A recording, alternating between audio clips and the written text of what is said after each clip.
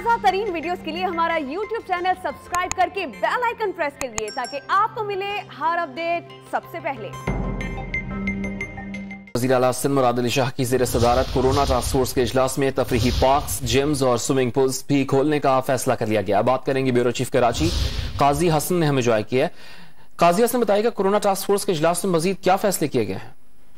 जी बिल्कुल, आज जो कोरोना टास्क फोर्स का इजलास हुआ इसमें जिम, स्विमिंग पूल और मज़ारात खोलने के फैसले के अलावा ये बात का भी फैसला किया गया कि कल NCOC का इजलास होगा जिसमें कल जो वहाँ मजीद फैसले किए जाएंगे और NCOC जो फैसला करेगी उसको सिंध हुकूमत भी उस पर अमल दरामद करेगी। जबकि तर्जुमान सिंध हुकूमत का कहना है कि सिंध में कोरोना के की शरह में 3.7% हुई है, जो कि कुछ कमी हुई है, जो कि पिछले दिनों में 7.5% हो गई थी। इस हवाले से कोरोना टास्क फोर्स के इजलास में ये भी फैसला किया गया है कि कल NCOC के इजलास में जो फैसले किए जाएंगे उस पर सिंध भी अमल दरामद करेगा। जी बहुत शुक्रिया काजी हसन।